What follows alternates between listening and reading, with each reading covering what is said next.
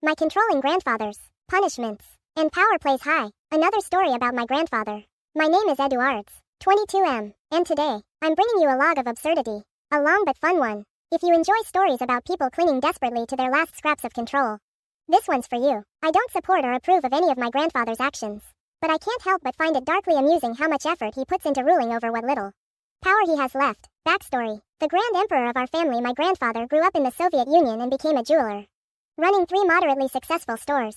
He sold the stores later, when he got gold digger girlfriend. This meant that, compared to the rest of our middle-class family, he had a lot of money, and with money, he became the self-appointed boss of our family. But make no mistake, his real passion wasn't jewelry. It was control. His favorite manipulation techniques? Leveraging and bribing with money. If that didn't work, he would ignore you to extreme lengths. And if that still failed, he'd ruin your connections, family, employers, friends, until you had no one but him.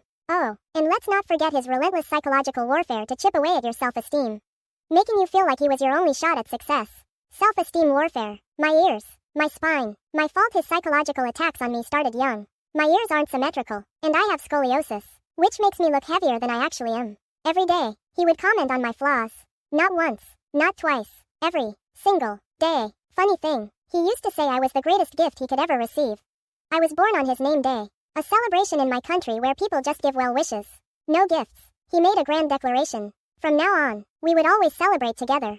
That lasted until my 5th birthday. That year, there were too many kids at his celebration, and people paid more attention to me than to him. The horror. From that day forward, we celebrated separately, but since he lived in the apartment below us, I was expected to bring him gifts and flowers on his day before he would graciously let me pick a present under 20 euros from the local supermarket. After that, we were sent away so that he could properly celebrate with our extended family, of course, because why would my birthday matter? The silent treatment, a punishment worthy of a tyrant, my grandfather's ultimate weapon? The silent treatment, and not just some passive-aggressive nonsense. Full-blown social exile. One day, he found a burned match in his apartment. That was all the evidence he needed to conclude that my mom's cousin, 38M, who worked in his jewelry studio, had driven 45 minutes just to smoke in his apartment. The punishment? 3 years of complete silence. He was kicked out of the studio, because how do you work when your boss doesn't acknowledge your existence? He had to attend all family gatherings but wasn't allowed to interact with anyone. He had to eat in a separate room while the rest of us sat at a big table. He wasn't allowed to eat food prepared by my grandmother. The exile only ended when my cousin literally crawled to beg for forgiveness.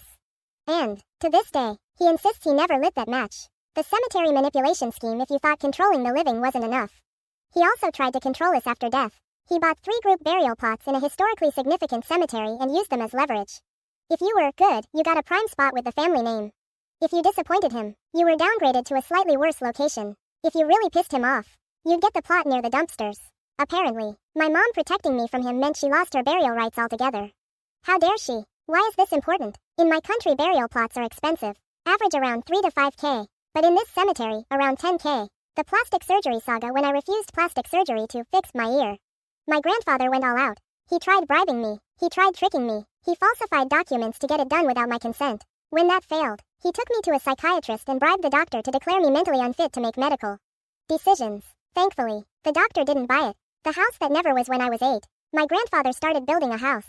He promised that my mom and I would live there. We even helped design our rooms then. When it was nearly finished, he met a gold digger girlfriend, sold the house for 7,000 euros, despite it costing around 10,000 euros, and acted as if we were crazy for thinking there was ever a place for us.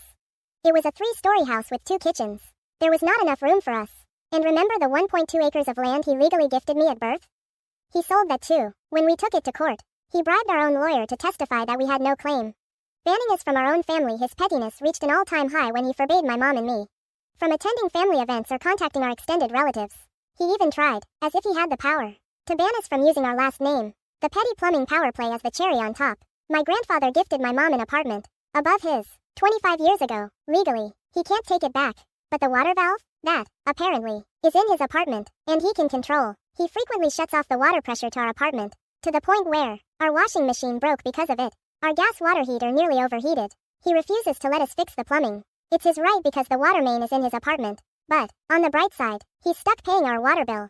Final thoughts. If you made it this far, congratulations. You survived a dive into my grandfather's ocean of pettiness, control, and manipulation. As much as I hate what he's done, I can't help but laugh at how ridiculous some of it is. Imagine ruining family relationships, bribing doctors, and shutting off water just to maintain control. I might not get a burial spot in his fancy cemetery, but honestly, I think I'll survive. Thanks for sticking around. Any questions?